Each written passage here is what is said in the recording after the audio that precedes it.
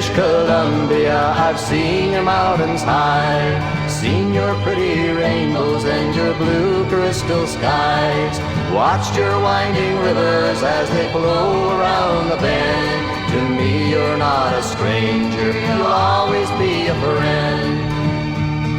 Coming to you live from the Drive, literally, on Canada's West Coast, this is Politicoast.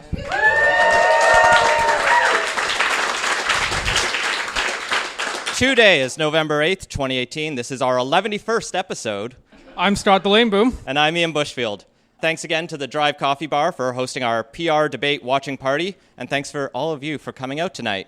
We're going to do a quick live show, basically just recapping the debate we just watched. And I'm sorry, but we also have to talk about Tony Clement's penis. And a couple other follow-ups. As always, I want to remind you, because they're an awesome supporter of the podcast, to check out BC Today. They don't actually give us money, but they do give us a free access to their newsletter. If you want to be the most informed, more informed than us, sign up to the newsletter. I know Maggie reads it, and they tell us everything that's happening in the legislature. So go to BritishColumbiaToday.ca, get a free 2-week trial, use the offer code CITIZEN for a reasonable rate, cheaper than organizations have to pay, more than we pay, which is nothing, and you can get that signed up. Let's launch into it. Scott, was this debate a good idea? If you're Andrew Wilkinson, no. And since he called that, overall, no. So we hosted a PR debate a couple weeks ago, and I do think Suzanne Anton was a better debater than Andrew Wilkinson, which is saying something. But just overall, this format was very weird. From the very start, where it was like, you have 1 minute for intro statements, which is not a lot of time. We've already, I think, burned up 3 minutes just getting to this point. And then it goes into questions with answers of 45 seconds, and that's fine. And then we get to the most fun, the debate portion, where the two white men yell at each other for 2 minutes. They get 2 minutes to yell at each other. Well, it was more one white man yelling at another white man who would then return a quip or two. Well, and remember during the election, it was angry John Horgan, Hulk Horgan. He was not that tonight. No, he was calm, professional, like a premier. And Andrew Wilkinson did not seem very premierly. What's the right word there? Presidential is the U.S. word. Premierential? Anyway, I think the point is we can't see Andrew Wilkinson as premier after this. It's a bit facetious, but I do think he came across looking worse than he did going into this. Well, and it's always easy to see the person who is the premier or prime minister as the premier or prime minister, and the person who is not to be like, well, they're just that other person there. And it's like that rare case, like Rachel Notley's debate during the Alberta election. She looked more premierial than any of the other candidates in that one. But usually it's the person who has been in power for X number of years who just kind of wields that authority. And that's what John Horgan had tonight, even though he's only really had power for a year. But let's maybe talk about some highlights of the night, and that's where I think Horgan shined through in a number of ways, and whether it was genuine or I guess it was better than Jack Layton's "that's a hashtag fail." It felt a little less forced than that, but he's like, let's get modern, let's get hip. If I'm just going to watch one guy yell over another, I'm going to turn to Wheel of Fortune, referring to people at home. Which then immediately discounts the hip and young idea, because who watches Wheel of Fortune still? And then on the other hand, you had Wilkinson kind of rebut at one point to Horgan, if I could just get a word in edgewise, when it really did feel like he was the one trying to talk over multiple times. That was a laugh line here. The other thing I appreciated from Horgan was, if you were woke, you would know, which could have been a lot more cringy than it was. It was very much, they each had two different audiences. Horgan was talking to people under 40, and Wilkinson was talking to people over 40. Yeah, that seems fair. I did appreciate that Wilkinson called for a citizens' assembly. I did not know the BC Liberals were still in support of that. Yeah, that's an interesting new promise that I think appeared today. No, he said he'd been talking about it for a while. We just had not heard it. Also, he introduced Gregory's method as this is the thing we've all been talking about, apparently, which I only heard about today from Wilkinson. The other parts of Wilkinson, from his opening statement, he just didn't seem like he had the energy, like the enthusiasm. His whole tone seemed to, at least to me, and maybe I'm biased as a PR supporter, but looked more angry, more pessimistic. His focus was on sowing confusion and doubt, and there are questions that remain about the PR referendum, but at very few times did he actually really defend first past the post as a system of its own. Yeah, there was a moment there where he talked about if you don't like your MLA, you can fire them, which, if you live in my riding of Vancouver, Mount Pleasant, that's not going to happen. Melanie Mart's going to be there until she quits. And, a cardboard cutout could win in that riding as long as it was painted orange. Some ridings are just safe. I thought he did well coming back to this question of, how many votes does people get? It's an easy question. I've asked you this 4 times, and the answer actually is easy. It's under dual member proportional, you get 1 vote. Under mixed member proportional, you get 2 votes. Under STV, you get a ranked vote. Not hard. But Horgan couldn't answer it, and that was not good. No, but somehow Andrew Wilkinson came off looking worse in that exchange, despite Horgan's evasiveness. But otherwise, Horgan stuck to this, keep PR looking cool, try to make it look new. But he just kind of lacked the specifics on there and kept dodging that, things have to get decided later. He's just like, yeah, don't worry about that. We have an electoral boundary commission. It's all fine. Kind of ignoring the reality that we will have an all-party committee deciding a number of the rules. Now, a good response I think Horgan could have done is, why don't you, Wilkinson, and the BC Liberals stop being a stick in the mud and maybe join us at that table and tell us what you would want to see under these systems? Because we'll also be working with the Greens, who will be at that table. But instead, he just kind of dodged and evaded. What else did you pick up from the debate? One thing, Horgan did make a mistake when he said only once have we had a majority of votes actually go to one party. We've had 3 with it since the post-war period. Besides the 2001, there's also 49 and 45, when the Liberal-Conservative coalition won a bunch of votes. I wonder if he counts that as like a asterisk. I don't know. But, you are right that they technically ran as one party and got a majority. I was wondering about that. You chalked a whole bunch of notes in there. Anything else you wanted to say? The only other thing that I don't think we've touched on yet is when Wilkinson said political parties should have been kept 100 miles away. Kind of rings a little hollow when it was the Liberals that heavily politicized this and made it a partisan issue. Well, and he also came back with that, if you vote no, you'll get a citizens' assembly, but no, you won't.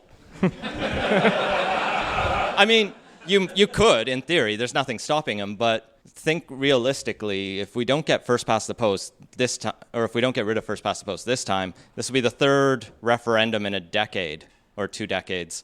And the NDP's not going to fight it again. They might support a citizens' assembly, but it looks like you're really beating the dead horse then, even though you can argue, well, PR actually won that 2005 referendum, just the threshold was too high. 2009 just felt like a redo, so that doesn't count. And this time, there weren't enough details. You can make those arguments, but it gets tiring to a lot of voters. So the idea that magically we'll be doing this again, I don't know. I get pessimistic. Yeah, I don't think it's likely to happen. Given how much of the conversation around this debate took place online and John Horgan's use of the phrase, if you were woke, you'd know PR is lit, I wanted to reach out to some of the people who were behind the hashtag ProRepIsLit campaign. And so I spoke with Janelle this morning after the debate to find out a little bit more. Well, Janelle, thanks for joining us on Politicoast. You're a BCFS organizer and on Twitter at CakeBot. That's me. So you watched the debate last night, and the thing that came up is this line that John Horgan said, if you were woke, you'd know PR is lit. And I think you've been involved on the hashtag ProRepIsLit for a little while. Maybe just start by explaining what that is. Well, the ProRepIsLit is actually the name of the youth-facing campaign the Yes Side's put together.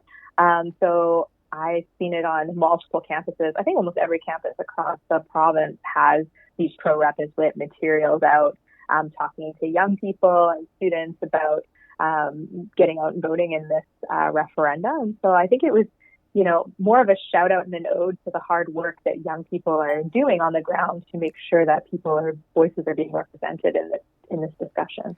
And for those who are, I'm not just going to say over 40, but for those who maybe aren't as active on the internet, what is lit? Lit's like getting excited, going out, like when you're going out with your friends, you want to get lit, have a good time. it's about putting forward it's common vernacular of like describing something that is exciting and forward moving. And the other thing Horgan brought up was the word woke, which apparently a number of journalists haven't come across before. What, in your view, does woke mean? and how and how woke is PR? Woke is being like ahead of the curve in terms of things that are happening in society. Society is changing here, especially in North America, very quickly. And it's like being awake and learning from folks around you that, you know, life is going to about to get better and we have to unlearn a number of behaviors. And to me, that's what being woke is. And so it's this idea of like waking up from all of the like nonsense you've been told your whole life is exactly the process of being woke. So like PR is woke. It is something that, you know, you do some research and you think it solves a lot of the problems that we've identified in the first past the post system.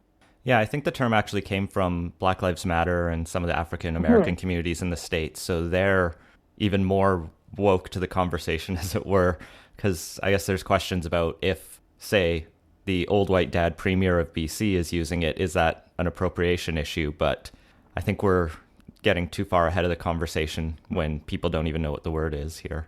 Yeah, and I think that, you know, a lot of it is to deal with some systemic issues in society that keep marginalized people away from the table of making decisions. And that is, to me, what being woke is understanding that there's these systemic barriers that marginalized folks, poor people, people of color, queer folks have been dealing with their entire life, and having at least somebody in the mainstream political spectrum kind of give an ode to that. You know, we can talk about how far that needs to go later or what have you, but it's a good nod in the right direction of people being aware that these conversations are happening, because sometimes marginalized folks are left out of those conversations. Well, and that sort of brings up one of the other things John Horgan talked about in the debate near the end, is that PR is generally, and the evidence shows this, better at electing women and bringing more diversity to the legislature. Do you have any thoughts on that kind of approach? Because I think that drew some incredulity from at least women in, say, the BC Liberal caucus. Yeah, I mean, I definitely see the tweets back and forth between members of the BC Liberal caucus and the government caucus about representation in government. But if you look at the current government, we do have a lot more representation than we have in the past, but it is a long-fought battle for people from marginalized groups to get in these positions. And, you know, all you have to do is look to the states with the number of marginalized folks who won in the primaries. You know, they have candidates that ran that couldn't even afford to go and move to the place to be in Congress until they had the money from their first check to pay for their movements. And it shouldn't be that much of a struggle for marginalized people to be involved in politics. And I think evidence shows that pro-rep will make it easier for those folks to compete in a system that is already stacked against them. You know, I think government has done a lot. There's a lot of strides of having some more diversity with young folks, with women, with people of color, with people that come from different economic backgrounds. But work still needs to happen, and pro-rep will hopefully open the door for allowing more diversity in terms of the people getting elected. So you've done a lot of work with students and on these types of campaigns and on social media.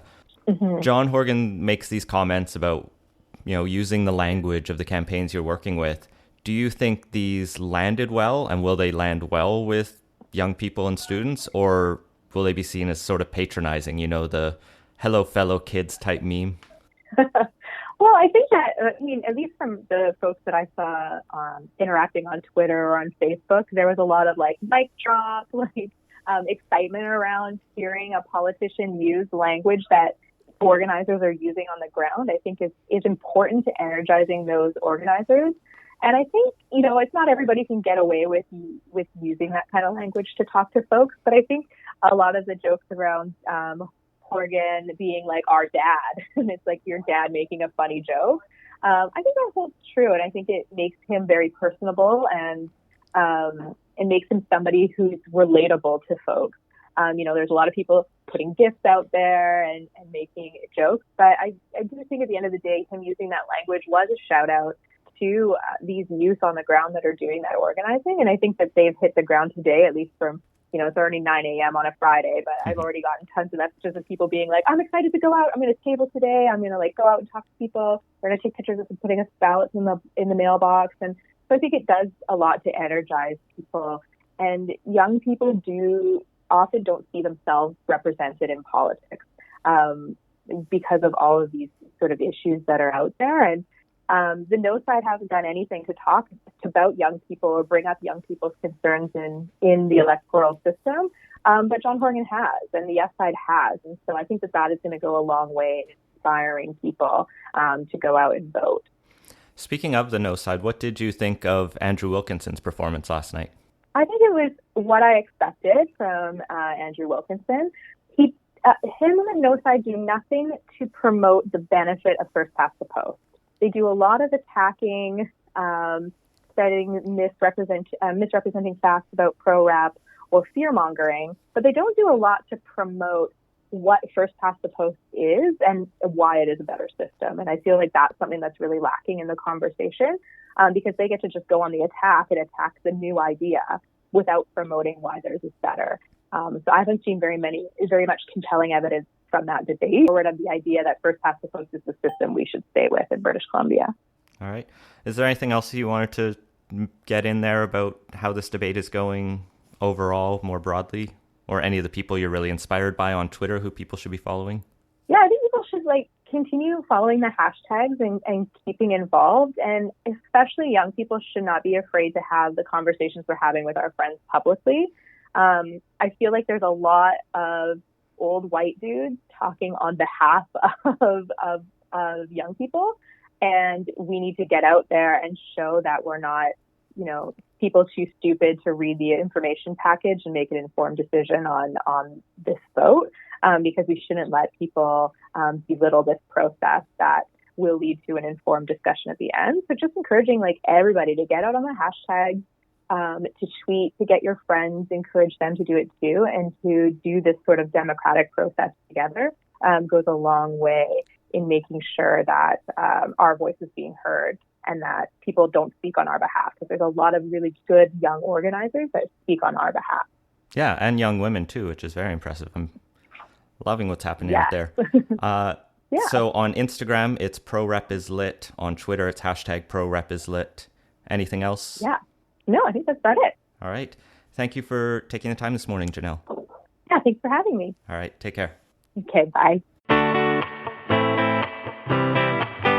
So there's a poll that came out today from Main Street saying the referendum's basically a tie right now. Do you think it changed anything? So the first thing that's interesting is I've actually asked Mario Canseco of Research Co., who used to be with Insights West, if he was going to poll this referendum. And he told me that he doesn't know if he's allowed because there's actually a ban on polling during voting. So if it's like a normal election period where you have a voting day, you can't do and release a poll on election day because there's an argument that'll influence the way people vote that day. You can buy that or not, but it's within the law. Mario doesn't know if, because it's a mail-in ballot, he can release a poll. But Main Street apparently figures they can do it, or maybe they did talk to Elections BC and got the green light, but it's interesting to see the results. It matches up with what Angus Reid found just before the ballot started going out, which is that I think at that point it was a third supported first past the post, a third supported proportional representation, and a third kind of sat on the fence, not knowing. This one didn't break it down with undecided, so it's only support or it's only decided. Yeah. I don't know, and we've talked about this on the pod before, that I don't know if debates move votes at all. I think it's still an ongoing question. Yeah. I think no one's really settled on that. I think in this one, if you like John Horgan, you probably thought he did well tonight. If you like Andrew Wilkinson, maybe you thought he did well. Someone suggested, and we didn't do this before, but we do a straw poll before and see how many people support PR, how many people support first past the post, and we didn't end up doing that. I know we have some PR advocates from Fair Vote Canada here, but how many people were moved from maybe a neutral to one side or the other tonight by show of hands, if anyone? How many people... Wow, everyone came in decided. How many people in this room actually support first past the post? Just to double check if we have any. Okay, we don't. Okay, that's a 0. That's kind of what I thought. So we're on Commercial Drive in East Van. So it's not surprising in that way. Hopefully we'll get another follow-up poll to see if this does anything, but I'm not actually surprised by Main Street's findings. It felt like a close referendum. Yeah, there overall wasn't much surprising in the poll. They also broke down on the 3 systems. Mixed member proportionals way out in front at 44%, followed by rural urban at 38%, and then dual member way behind at 17%. About what I figured they'd probably be. It's what I figured, and I voted rural urban, then mixed member, then dual member, but I still totally expected that. I still do kind of feel bad for dual member because I didn't vote for it, and I can see why other people wouldn't vote for it. But we talked to Sean Graham, and it's a neat system, and I like that he created one, and so I just feel bad that no one likes the system. But it's not bad. It's still better than first past the post in my view, but my expectation has been that if we get PR, we will get MMP. Yeah, I completely agree. And the only other thing I'm going to note here is there was one other interesting question in that poll besides the PR stuff. They did some horse race stuff on where the parties were at. They're tied. Yes, they're also tied. But apparently 34% of British Columbians think we're going to have an election within the next month, which is odd. Wouldn't the writ period be at least a month? 36 days, I think. So we're not having an election in the next month. No. Guaranteed. Also, there's no confidence vote until the spring, but we don't talk about that enough. So there might be a by-election in the next, 8 weeks. Yeah, do you think Nanaimo. Maybe people interpreted that as, will there be an election somewhere where someone will be voting on something? It is larger than the lizard quotient, but that's the random, 4% of people who will tell any pollster anything. So I think that's all we have to say about tonight's debate. It'll be interesting to see the follow-ups and the analysis, because the big thing with any big political event like this is all of the narrative that develops in the next 48 hours. The debate almost matters less than what people think happened in the debate or what people tell others that happened in the debate. So if you're all PR fans, I'm not saying you should go around saying Horgan won, but if that's the kind of system you want to see, that's the kind of narrative you want. Yeah, maybe it'll happen, maybe it won't. I really don't think there's a way to there's no segue. Pivot from here to Tony Clement's set sting, so we'll just move right into it. Tony Clement, the former Conservative minister, brief contestant in their 14-person leadership race, and now former member of the Conservative Party, resigned this week. I think he's still technically a member of the Conservative Party. Not he's in caucus anymore. Not in caucus. Yeah, after it came out that he had been sexting some people, and people were trying to extort him over that. This is a really weird story. On the one hand, the initial report, which came out from Tony Clement's point of view, and was released on the same night as the U.S. midterms, so was arguably an attempt to bury the story as deep as he could, was that he had been in these conversations with a woman, or who he thought was a woman. 2 women, I think. Who wanted stuff from him, and so he eventually shared nudes with them. But it was all consensual, and honestly, I don't have a problem with that. I kind of would hope his wife might, but yeah, other and than that's that, a personal issue. yeah. No, and that's right, and that's a personal issue, and he should not be a hypocrite. I don't have a problem if you're in a consensual, open relationship and all of that. Let's have a sex-positive politic, but you should also, if you're going to be on high security, you have national secrets level briefing, don't be stupid and allow yourself to be extorted. What people started sharing on Twitter the next day were screen caps from the old Ontario sex ed curriculum, as in the one before Doug Ford tore it up, that said to kids, hey, it's not a good idea to send people naked pictures of yourself because they might extort you later, with the hashtag sex ed matters. But here we are. So Clement resigned, as you said, as justice critic, and now he's been kicked out of the Conservative caucus.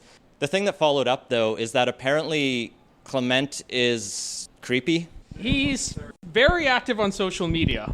Yeah, in a targeted way. His defense is he goes on Instagram and likes everything he sees, or a lot of what he sees, And a lot of what he happens to see are pictures of specific women. And that creeps them out, it turns out. Unsurprisingly, don't go through Instagram, hit like down someone's profile. It's weird. Don't do that. Again, this shouldn't have to be said, but apparently it does. I think more has come out today that other stuff has happened. And yeah, so the Star put out a big expose earlier today where it turns out this isn't the first time this has happened. And there was a previous, from the looks of it, extortion attempt back in the spring or summer of this year that Tony Clement kind of kept silent about, although he alerted the police, but didn't feel the need to alert his party or kind of take a step back from the national security committee he's on. Cool.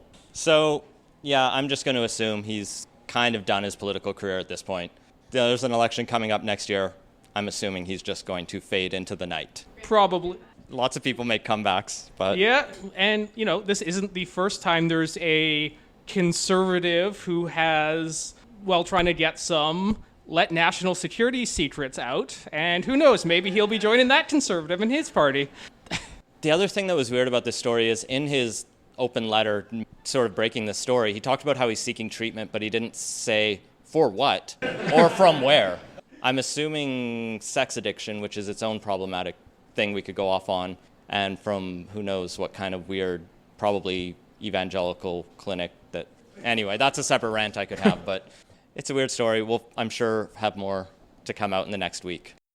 But you, Scott, wanted to say something about the new BC Liberal brand, which I don't think was on display tonight. No, I don't think it was. But for those of you who missed it, last week was the BC Liberals' big convention here in Vancouver, and they launched a new brand. They've redone their logo. They've ditched the 2 days BC Liberals, which was a terrible slogan, and it's probably a good thing it's gone. And they are now going under the slogan of opportunity for all of BC.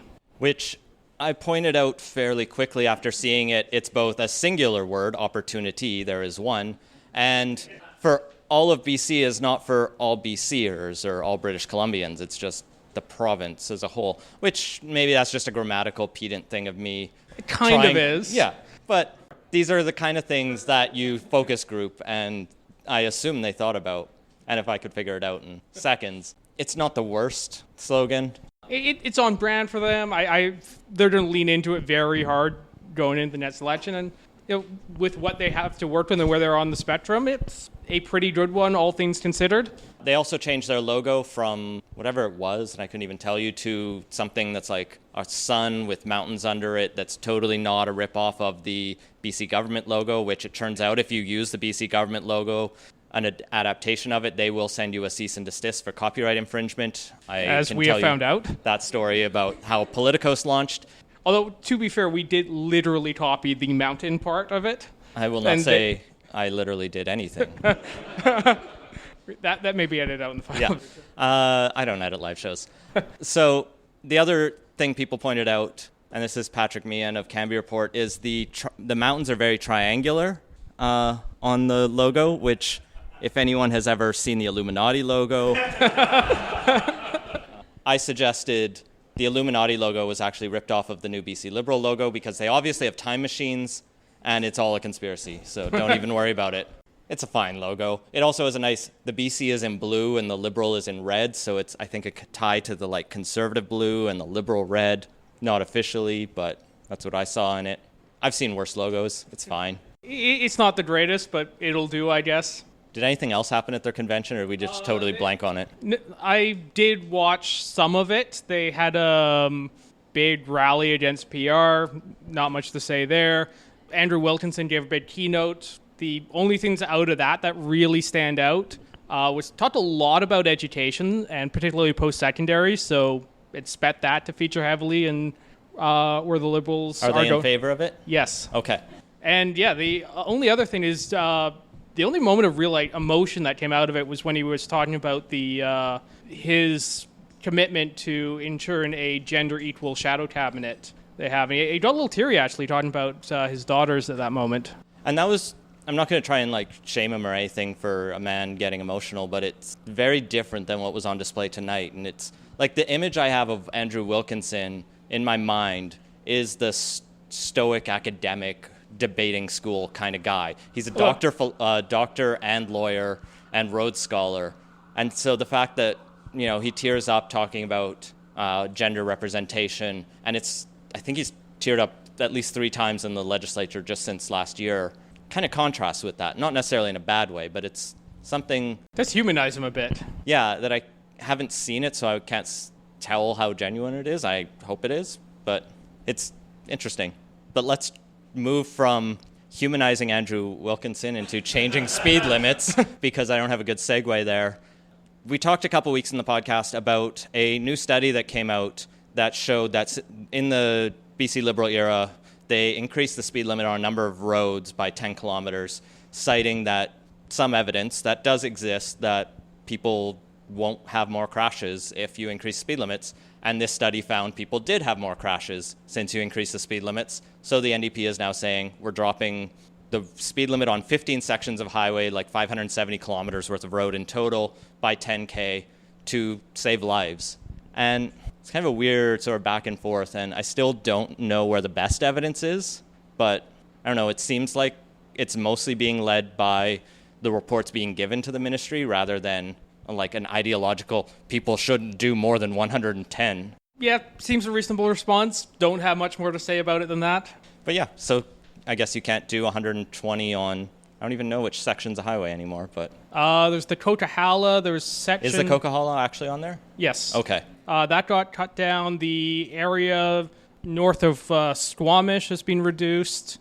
Some parts on the island, bunch of other places. Oh yeah, the Malahat had a high-speed zone, I think. Malahat, no, but just north of there did. Okay. Finally, we wanted to do another follow-up on Amazon HQ2 since Vancouver and Langford put in bids. Turns out it's not coming to Langford.